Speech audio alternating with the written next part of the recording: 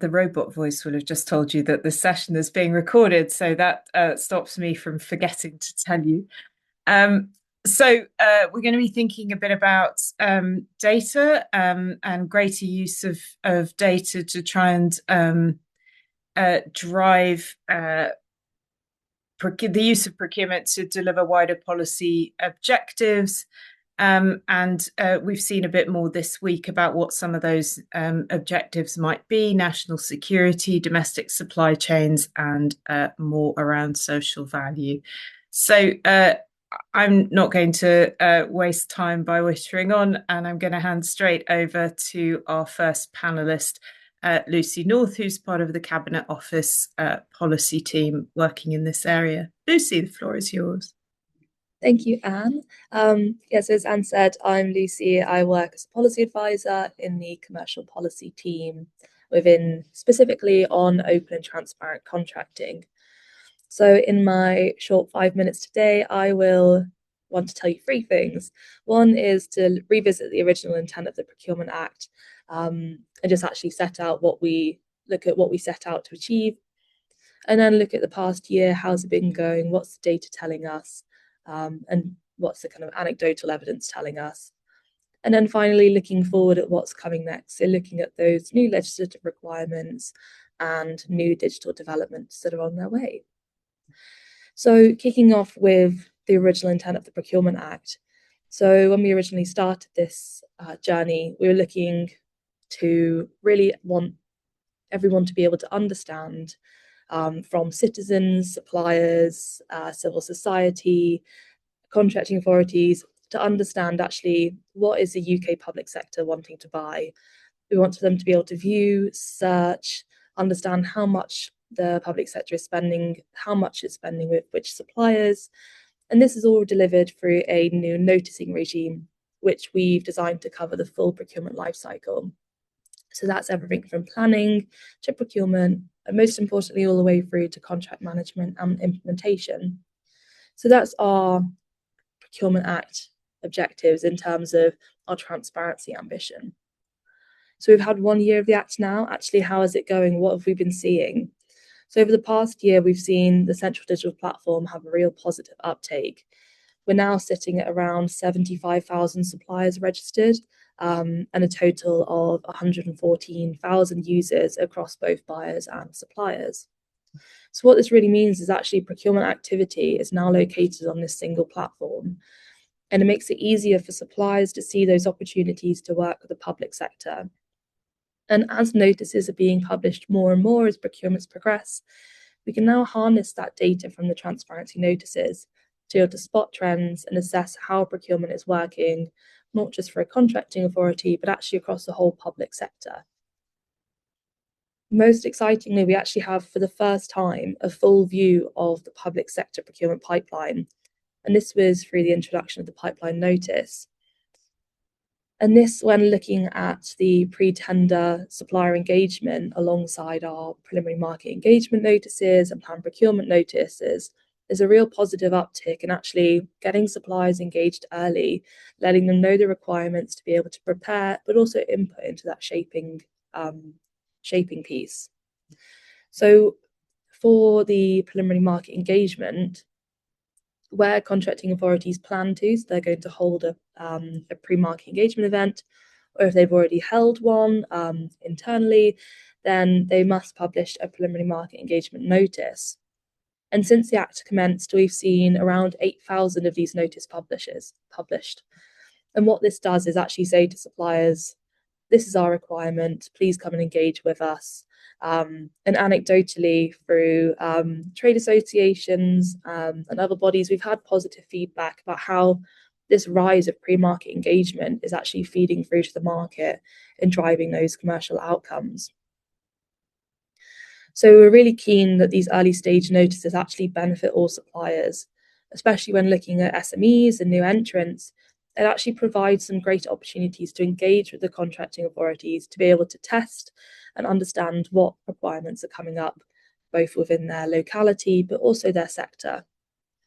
As a result of this, we're starting to see those healthy patterns of competition emerging. So we've seen a real encouraging uptake of the new competitive flexible procedure.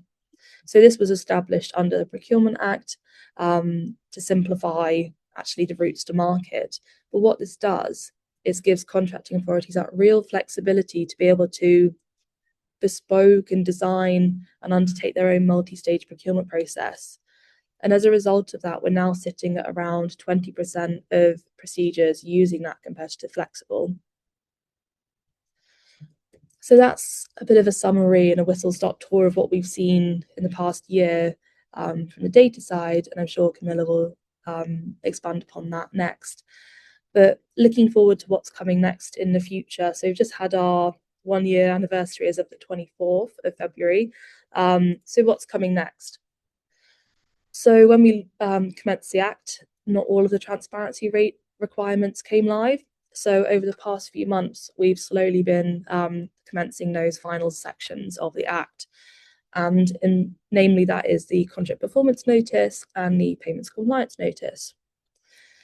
So the contract performance notice is more so looking at the contract management side of the procurement lifecycle. So this notice records a supplier's performance against the key performance indicators as they're originally set out in the contract. And as procurement progresses under the Act, we'll start to see more and more of these notices being published to build that view of supplier performance, both on the individual contract level, but also the sector level as well. And then also another notice which we'll start to see more of coming soon is the payments compliance notice. And this notice is a contracting authority level notice setting out how they've performed against that 30-day implied payment term as set out by the Act. And the reporting period is just ending today, so we'll start to see those notices being published throughout April.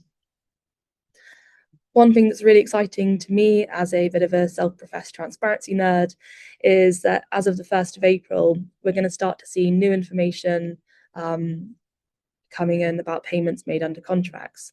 So from tomorrow, the requirement to collect payment information linked to contracts will come into force. And as those kind of payments start, the procurements start progressing from tomorrow and the payments are being made, we'll start to see those notices and the information being published later in the year. So that's really exciting because it actually makes it possible to see what was bought, who was it bought from, and what was paid under the contract in a very linked way that you can really follow the narrative and the lines between actually the payment and the contract. So we are also doing some digital developments on the central digital platform. It is in its beta phase and there's continuous improvement underway. And part of this is how users can access the data published through all of these notices.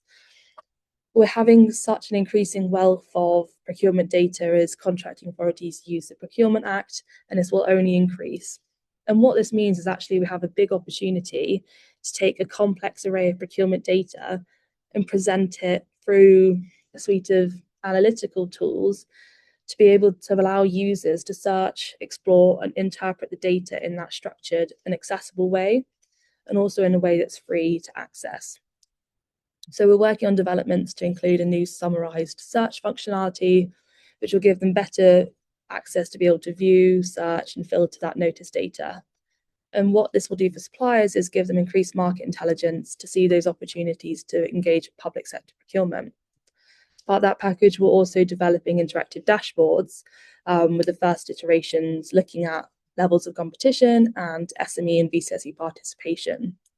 So what these will ultimately do is allow taxpayers to see how much is being spent through procurement in their local area, which suppliers it's spent with, and how it's delivering on priorities that matter to them.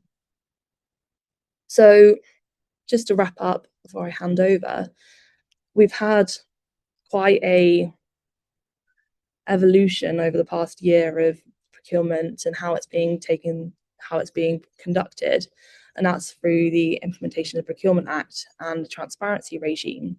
So we're seeing real progress, especially with the central digital platform kind of collating and centralizing all that activity in that single place, and simplifying how the market engages in public sector procurement. And looking forward, the next stage of implementation is key as we begin to see more of those notices coming through and those analytical tools allowing users to have that better access. I'll hand back to Anne. Thank you very much indeed for that overview. Really helpful start. And we move on now to Camilla from Open Contracting Partnership. So, hello everyone. Very glad to be here. I'm Camila, and I work for the Open Contracting Partnership, and we're a global nonprofit who works on public contracting. And we've been working alongside the Cabinet Office to help them on different things, and one of those is helping them structure and publish procurement data coming from the new regime. And I wanted to present today a deep dive that we did on the first 12 months of the data to see how things are going. So I'm just going to share some of the key findings here, just to illustrate a bit some of the things I'll speak about that kind of illustrate some of the points that Lucy just mentioned. So speaking about uptake of the new notices, I think as Lucy mentioned, we're seeing notices that are being published and used across the different stages of the process. So we have a good uptake of the notices related to the planning stage, including the pre-market engagement, the pipeline notices, a high volume of notices related to contract details and tender notices as well.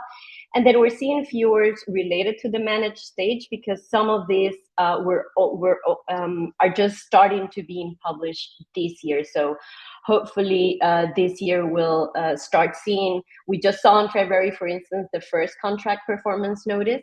And as Lucy was saying, we'll see more information on payments, and on other notices that relate to that contract management stage.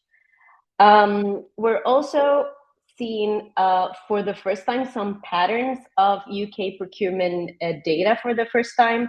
Now we have data available for both above and below threshold procedures, so you can try to see and understand what's the big picture and how contracting authorities are buying. So in terms of the procurement methods being used, we can see that a third of procedures use an open procedure, a competitive method, and also a third use relate to below threshold direct procedures. But higher value direct awards only represent less than 7%. Another interesting finding is that when you analyze the share of contract value, you see that, of course, open procedures tend to dominate in terms of value. But then we also noted that individual, disproportionately high value direct awards can have a big impact on the relative numbers by month. So this is something to explore, and mainly thinking about direct awards and who participates in those, as I'll show a bit later. We also did a simple comparison to see a bit of variation between similar authorities, which was interesting. So we took councils that had more than 100 tenders in the 1-year period and just simply compared which methods were they using. And we saw that the difference were quite striking. It could be the case that these councils actually buy very diverse things.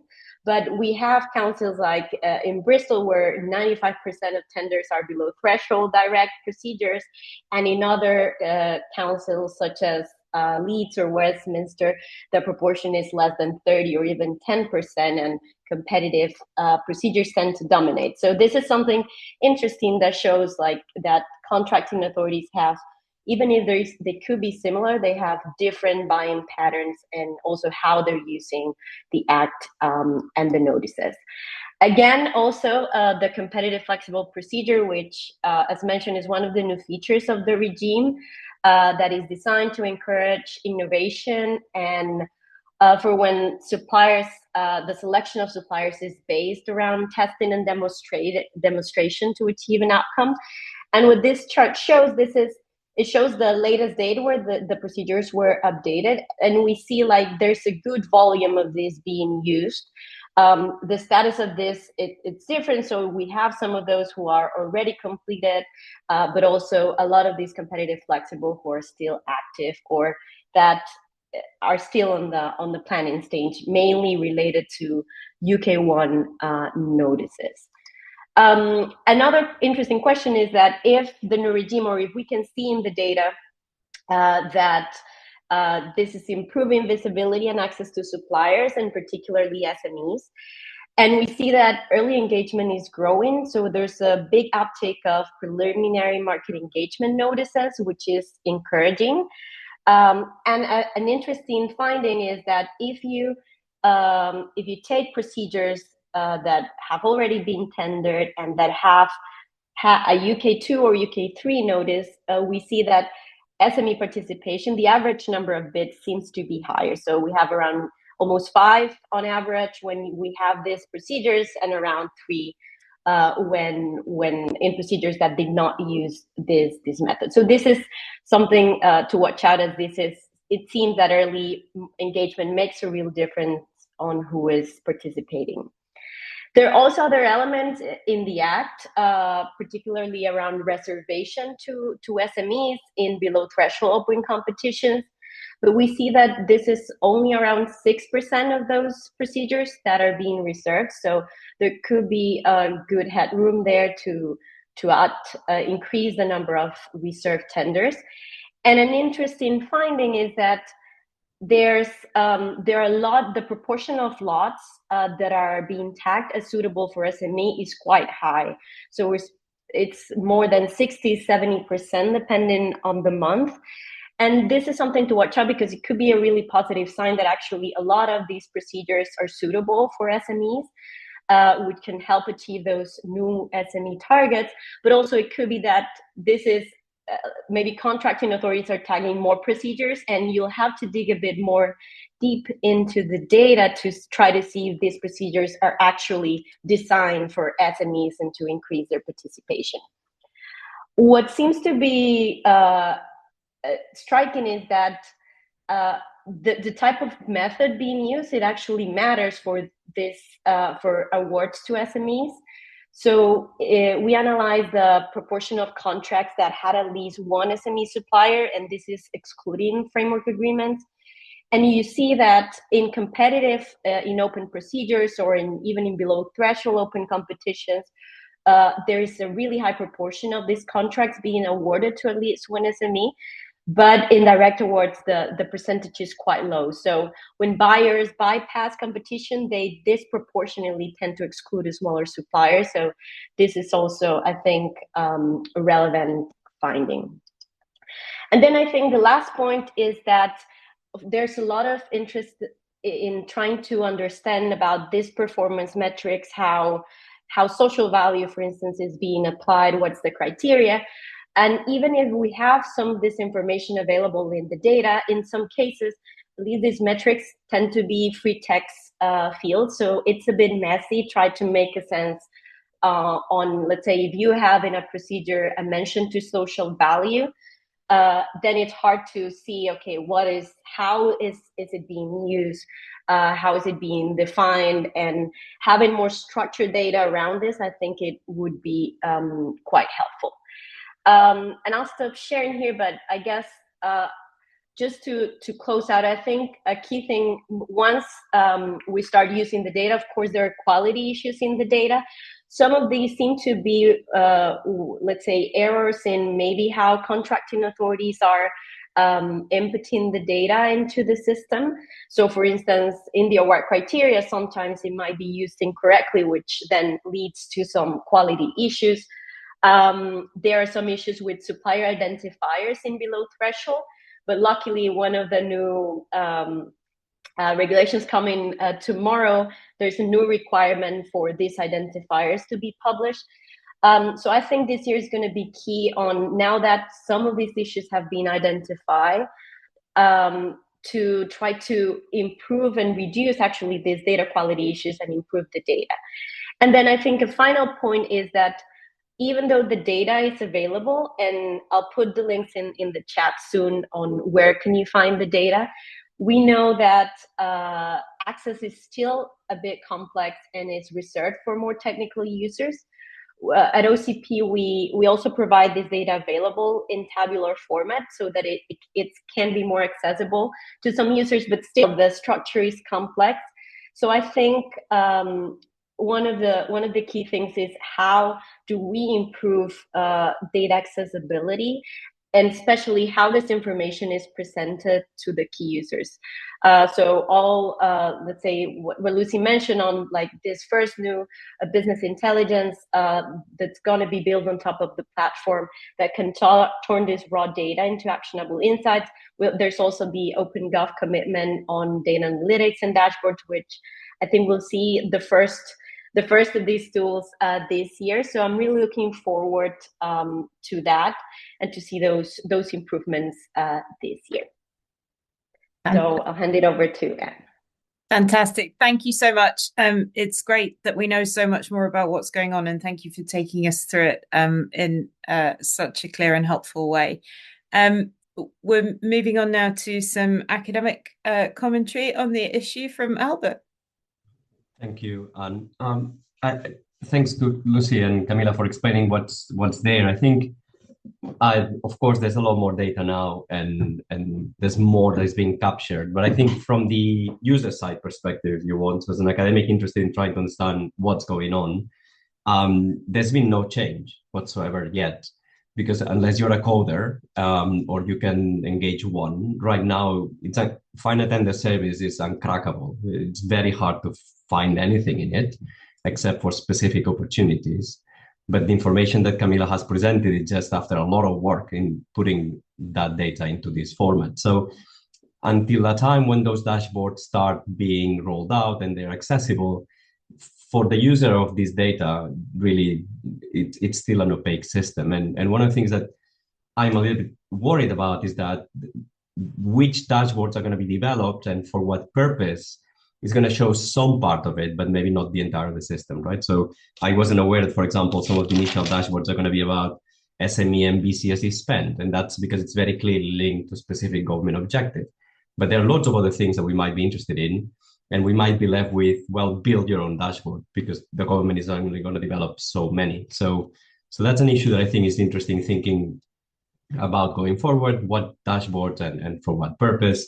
And also whether at this moment we have a bit of an insider-outsider problem. There's clearly people and organizations with a lot more understanding and knowledge of what's going on than others. And I think that's also something that can have governance implications.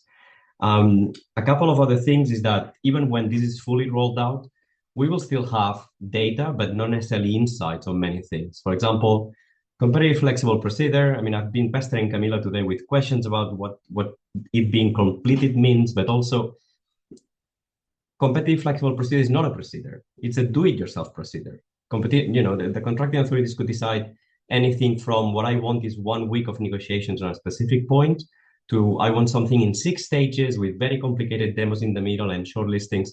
So talking about competitive flexible as a thing from a data point perspective could be helpful, as in it's not open. And in terms of looking at what the contracting authority is doing, it does a job. But in terms of understanding what's actually going on, when do we have negotiations, when do we not, what for do we have them, that is not going to give us anything else. And even trying to develop more advanced analysis tools, like, for example, what Camila was suggesting about social value, that is extracting things from text, basically with generative AI and other technologies. We will also not be able to do it necessarily with competitive flexible because we don't need to have a description of the process in the notice.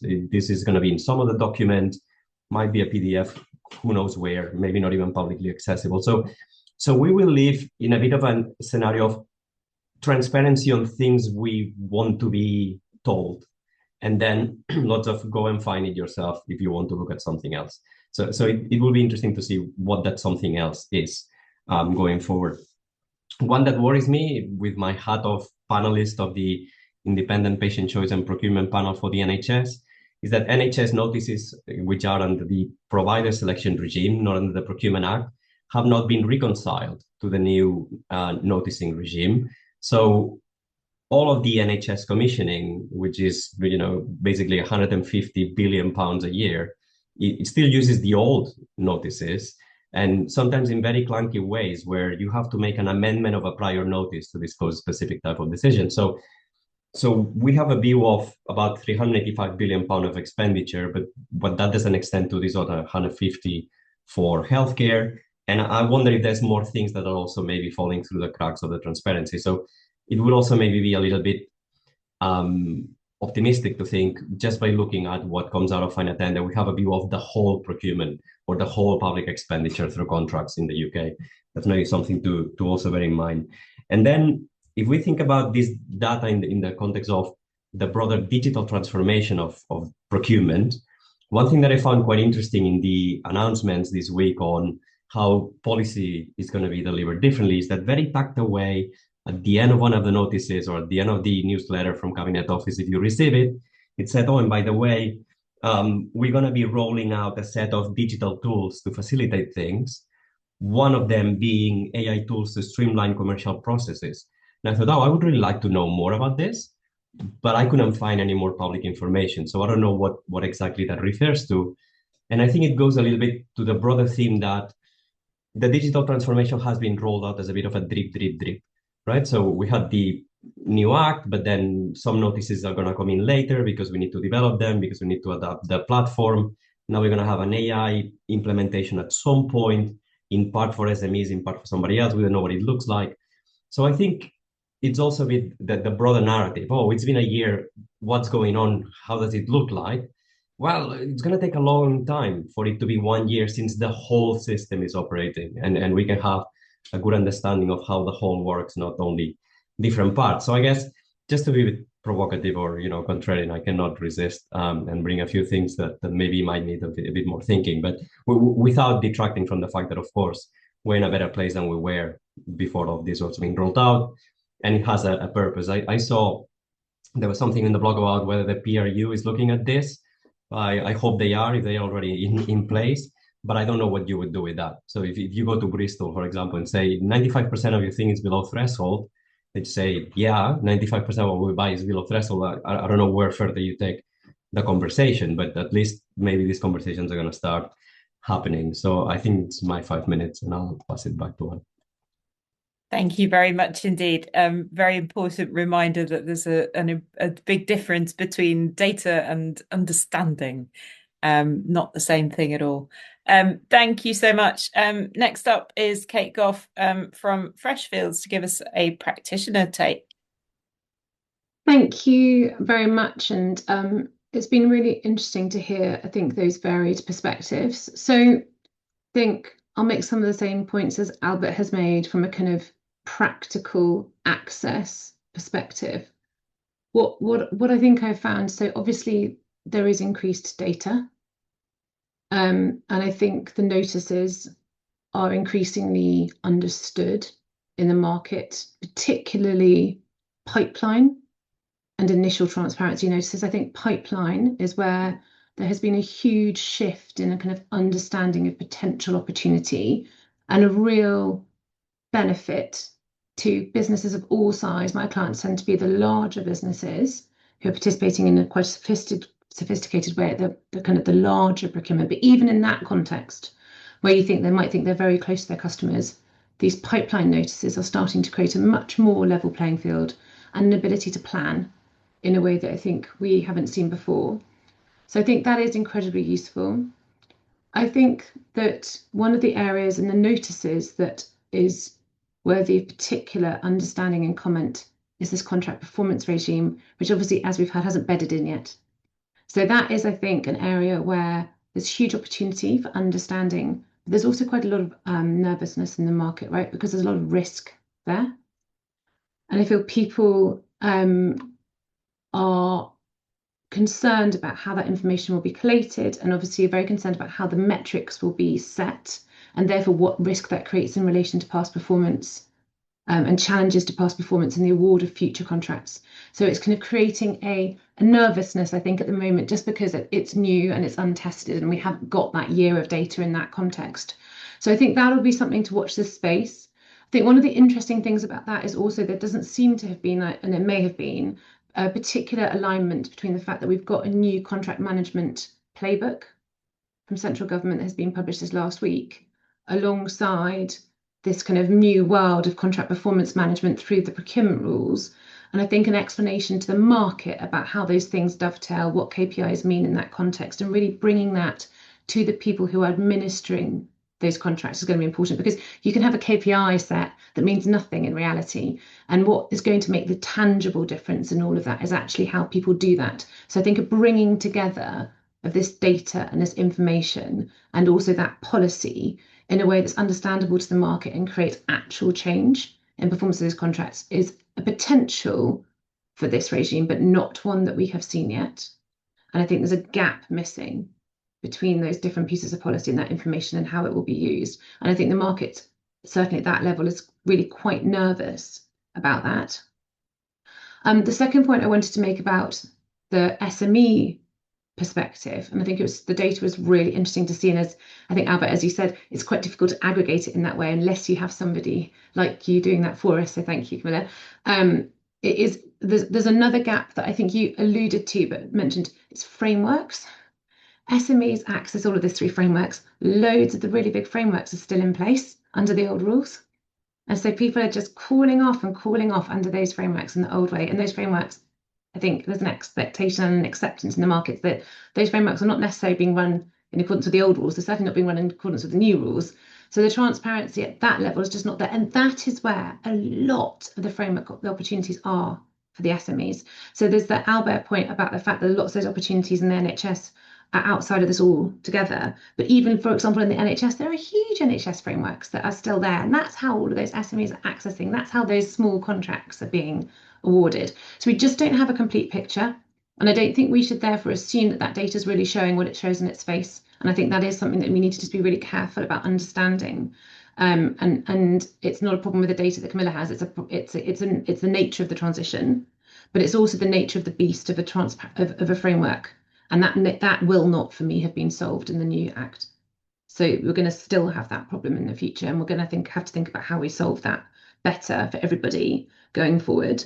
The other point that I wanted to point out in terms of the data and the transparency is this direct award data. So we are supposed to have much more transparency around direct award, and there was lots of data. I mean, Lucy, you talked a bit about some of the policy, and Camilla talked about some of the data that sits behind this. Is below threshold direct awards are arguably out with all of this still. And again, that's where you have you have these kind of iterative small contracts just going on and not having any visibility. And that is also where the SME opportunity is. And that is closed often as a result. It's just historic and closed. And again, whether that should be opened or not, or how it should be opened is not, I think, the point for today. But again, it's just a gap in practical reality of how this work is done and how it's flowed down through the market. So those are the points I wanted to make on data and the change that we've seen versus the reality of the situation. There was a kind of another point about the payment provisions and the payment notices. Look, there is obviously and very published data around the fact that prompt payment or the lack of prompt payment kills small business, right? And there's huge government data available in relation to that. So I don't think anyone's saying that the policy is not the right policy in that context. There is, I think, still a significant level of lack of clarity in the market about what that means in the context of very significant contracts when you're flowing that down a supply chain and you're using that supply chain that's established not just for the performance of that public contract, but it's established for your business generally, and where you can't ultimately change those payment terms more broadly to bring it through. And although there's significant government guidance on it, that guidance does not, and I can see someone putting it in the thing, that guidance doesn't answer those questions. And there's been engagement for various sectors in particular, pharmaceuticals is one of them, where that's really causing quite a lot of challenge at the moment. So it's making sure that that data about those prompt payments is properly calibrated against the reality of those businesses and how they're structured, and they're not structured to bring in a supply chain to deliver a public contract. That's not how it works. So again, I think the policy is good. I think the visibility is good. I think sometimes it doesn't catch some of the biggest problems because it can't be designed obviously for every single sector and the reality of every sector. So that was the point I wanted to make about that. And then the competitive flexible procedure.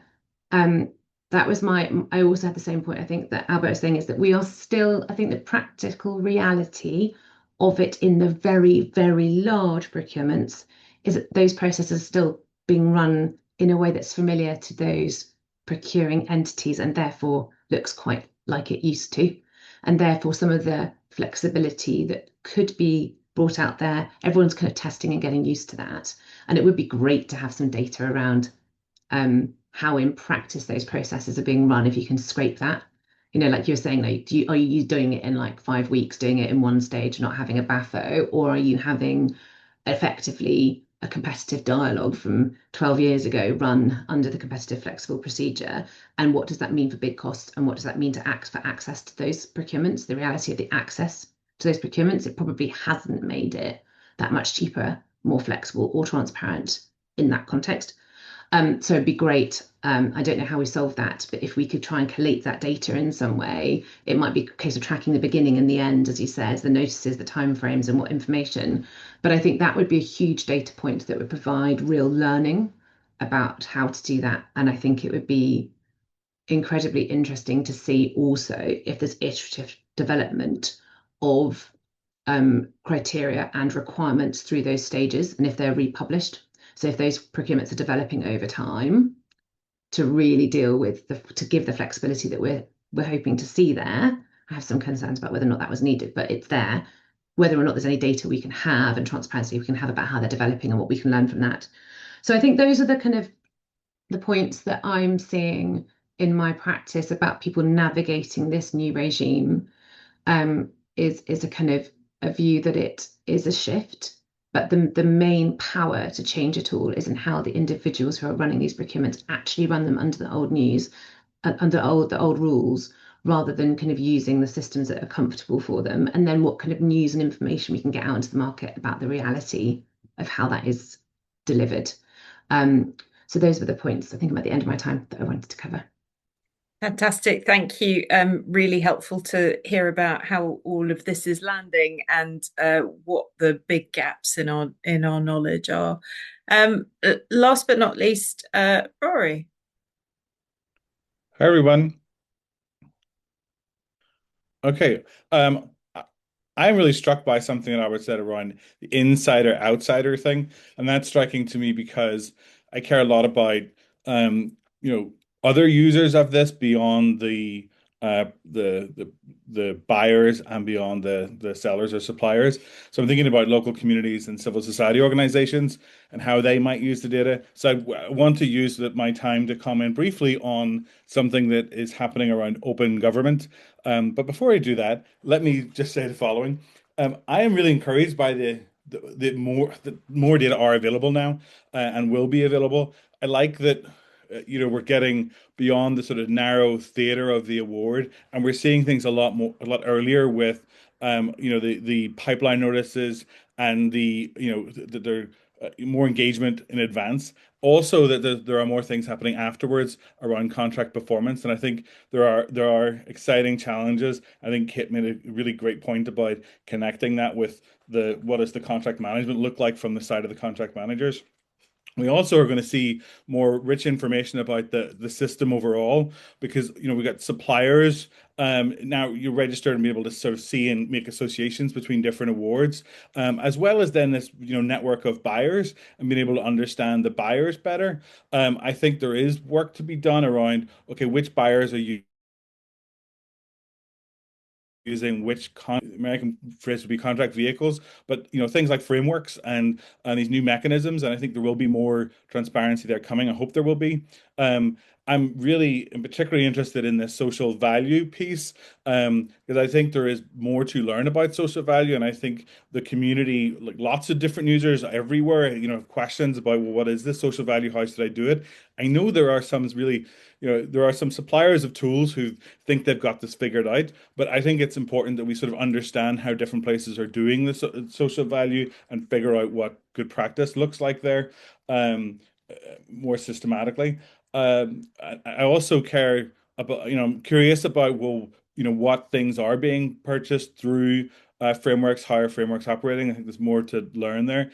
And then something that we haven't talked about yet, and maybe it's another session, the procurement review unit and how that unit will be using this, if that unit will be using this information, and what they're, how ready they are to, change practice here. And I think, is an important conversation. Okay, getting back to this open government thing. So, you know, civil society, I think, is an important user here. Local communities, I think, should be able to influence like what their needs are.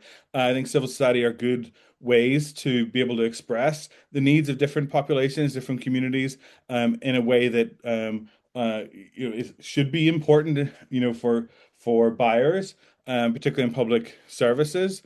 I think that that when Albert talked about insider outsider, I worry that many civil society organizations are on the outside of this and don't necessarily have the capacity to engage in this.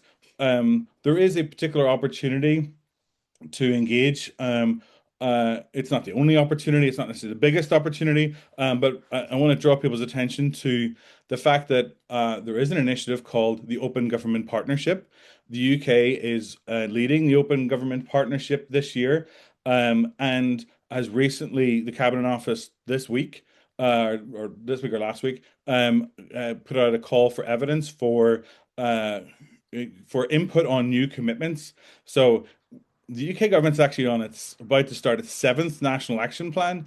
In all previous national action plans, open contracting has been a thing, and some of this work has been advanced, I think, because of commitments made by the UK government through the Open Government Partnership. This is not to suggest by any means that this has been more important than the actual legislation. Legislation, of course, has been the most important thing, but some of this open government work has been able to sort of trundle along and work hand in hand, I think, with the legislative and other reforms. So that's, I think, an opportunity. I'll drop the link in the chat now for that call for evidence. And if other people want to do a letter together and make a submission, I'm happy to be involved in that, particularly from different civil society organizations in different areas like housing or jobs, or clean energy. Let's get some more input there. I do know that the UK government has committed to putting out some dashboards, so we should see some dashboards soon. That will be good, and we got to think about ways to push the Cabinet Office to put out more information. So a lot of Albert's comments, I think, are very helpful in this regard. Anyway, I'll stop there. Thank you. Wonderful, thank you. So rich array of comments on what's been going on, what we've learned so far, where the gaps are. We've already got some really interesting questions in the chat, which I'd encourage our panelists to take a look at, because I'll be coming to you for your reactions shortly. Anybody like to ask a question in person? Please raise your digital hand if you would like to do so. You've all gone quiet. It's very unusual.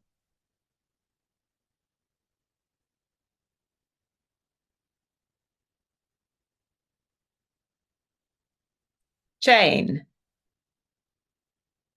Hello there. Apologies I haven't got my camera on. I'll try and put it on now and see if it works. I'm using my mobile phone because I'm actually on the road today. Really interesting data presented today, and overall very positive. I think my first observation is, well, are we only just really now interested in SME spend and VCSE spend? And that's why we're starting to see something looking a little bit more interesting. Thinking back to the report that I wrote with Tussell back in March 2025, looking at a 5-year trend, and now we're seeing a lot more attention on that. So I think that in itself is a positive step forward in terms of us moving towards progressive procurement. But I think when we look at that historical spend, what would be really interesting and where we can really start to see, I personally think it's too early to start looking at whether the Procurement Act is really making a positive impact in terms of business growth for SMEs and VCSEs. We can see that it is starting to be more inclusive, but the real evidence for that won't be seen for quite a while yet, I don't think. And that's because neither buy side nor supply side are really fully prepared for that, I don't think. But what I would be really interested to see beyond the data that we've got now and we've been collecting over the last couple of years is of those businesses that are being awarded contracts, are they already public sector? Are they already experienced in public sector work, or are they new entrants to the market? And then we can really start to say, yes, actually, public procurement is being that strategic lever that everybody talks about to really accelerate economic growth. Then I think we can. Then when we can start to see those figures, then I think we can really start to say yes, but I don't think we're going to see that for another 2 or 3 years. But I think overall, really positive.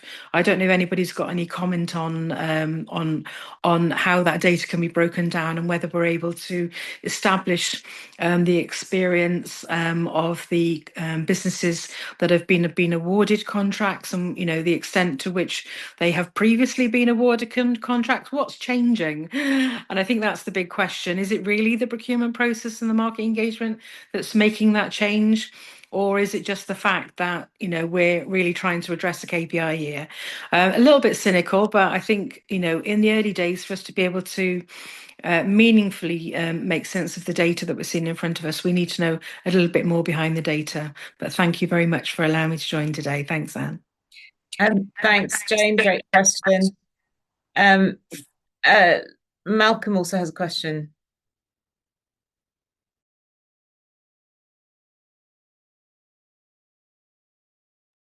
Malcolm, we can't hear you.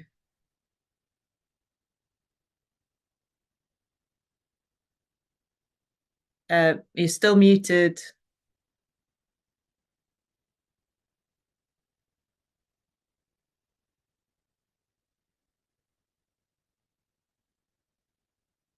John, can you help? We can't hear him.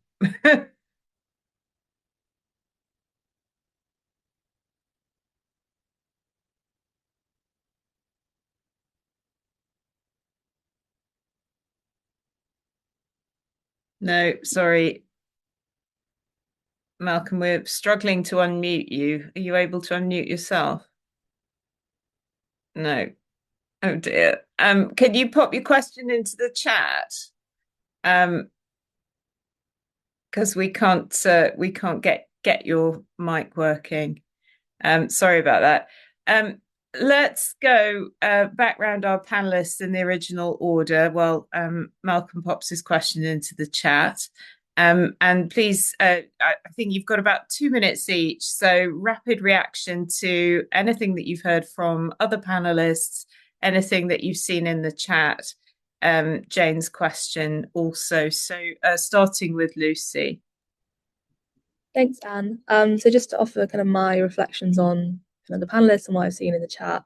I think there's kind of 2 elements I'd like to approach this from. One is the granular level, so actually what's captured in the notice. So I think one of the questions was actually how is that brought about in the data? So we do actually capture information about number of tenders and whether those are SME and VCSEs, which should help us track that participation in the procurement processes as we go through. So actually looking at our SMEs, are they bidding? Are they successful? And actually, how does that translate in a commercial sense?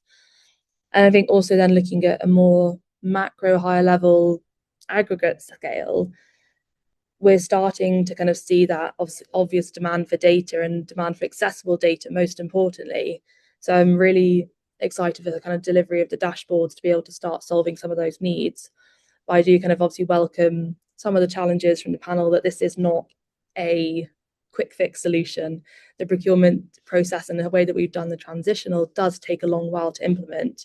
I do see that we're going to get that ever increasing wealth of data. And I think once we understand actually a bit more from our data, we can then start to iterate and have that kind of continuous process as we evolve the procurement regime and do obviously our policy side based on that data and new information that we have.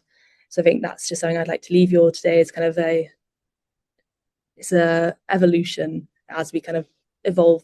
But yeah, I'm hoping that the data will help us see that evolution as we go forwards. Brilliant. Thank you, Lucy. Camilla? Yes, I think I wanted to highlight a couple of points. I think everything that was mentioned is quite interesting and a lot to talk about.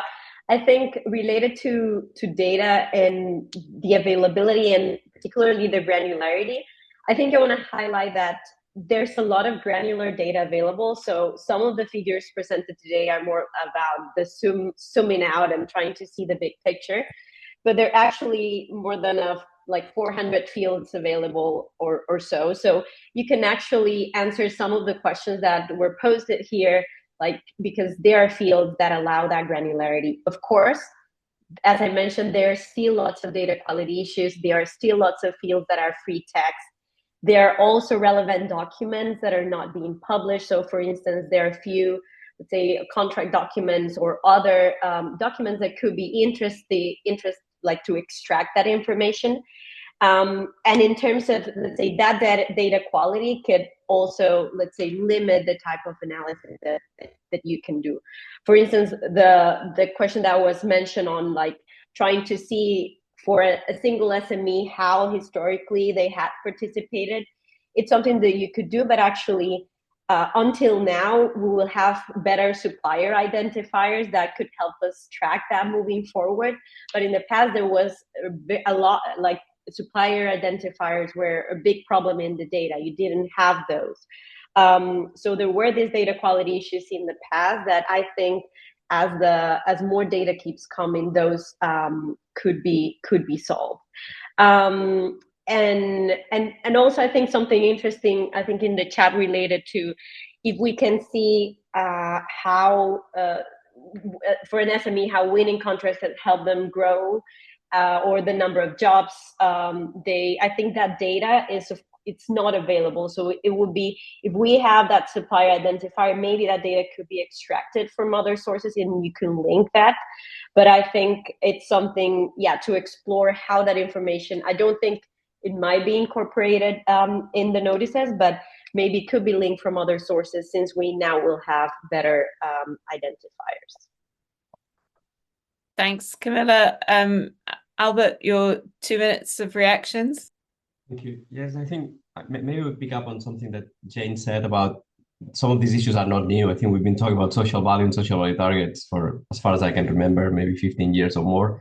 And one thing that struck me, we haven't spoken about today, are these voluntary targets that each department has set according to the last policy release.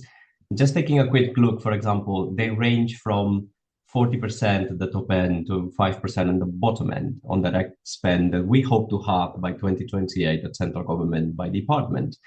So I think we're going to have lots of now follow-on questions about, is direct spend the relevant thing? Because some people think, well, in my sector, and direct spend is more important because there's lots of subcontracting. So I think we will find ourselves that you get one data point that then opens lots of questions. Then you need lots of other data points. And I would have wanted, for example, for the departments to disclose what is their current baseline? Because if I'm already spending 38 and I'm setting 40% for 2028, it's not a stretch target, is it? So it's going to take a long time for us to develop this data series and then be able to interrogate. It's a first step, but from the perspective of public perception and public opinion, I think this idea that we are so much more open now, so we know what's going on, is the one that I would just maybe ask people to reflect on. There's a lot more information, maybe more data, but we still don't know whether things are meaningfully changing or not, and it's still going to take some time. So maybe this is one for the Procurement Act 10 years on, if it's still on the statute book by then, and we are all still keen on keeping talking about these things. Thank you. I'll bear that in mind. Kate? No, and I agree with those comments. I think we need to wait a little bit. I think that was my main point. We need all of this to bed in various different ways, one for the data, but also for the use of it and the understanding of the opportunities here to bed in.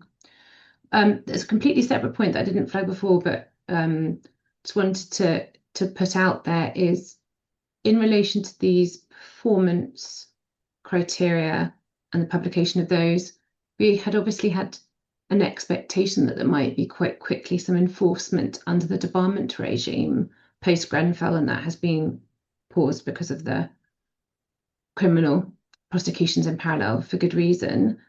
But it will be interesting to see if that data is used to look at performance or underperformance in particular sectors, and whether or not, obviously that would be a discretionary exclusion or discretionary debarment, but whether or not that data is starting to be looked at by a Cabinet Office through that lens.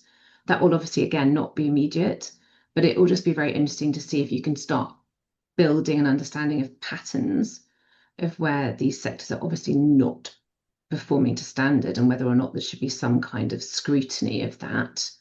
And that could be in lots of different ways, but exclusion and debarment, and where you're starting to get a lot of kind of termination or exclusion in those sectors, whether or not that might also be pulled through. So that's just another area where the data could be used and isn't being used to my knowledge yet because it's not there, but you can see that there could be patterns there as well. Great point. Thank you. Rory, you get the last word. Oh, wow. It strikes me that like these transparency initiatives and this transparency initiative in particular, it's time consuming, it's inconvenient, and it costs money for people to do. And this is not just something happening at central government, it's happening, at all levels in, England and Wales and Northern Ireland. And that the behavioral change is maybe happening now. One example is of challenges around connecting spend data. So spend data now has to be connected by every authority to the contract awards, and that's a challenge. But the benefits of the transparency stuff, depend on the use of this information. Lots of people have commented on different use cases for the information, different types of users, and I think those this will all have been a big, announceable thing with more data and no more understanding unless we sort of firm up what our use of that information is going to be, who's going to use it, why are they using it, what are their barriers to use. I think Kate's comment about connecting the sort of the contract management guidelines and guide to the information that's going to be shared out, and the concern in the market about how that's going to be, how that's going to play out, all that I think that's those are important things. That's, and I think I would pay attention to how the information can be used and how the information is being used now and over the next 10 years, rather than wait for 10 years and look back.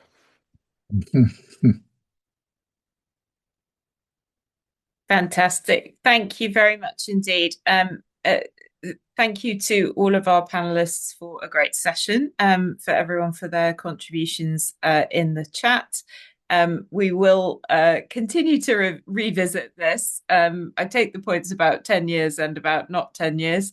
There are lots of waypoints in between now and 10 years, so we can pursue all of those. Please keep an eye on your emails for the next session in our occasional Pogo panels. And thank you all again for taking part.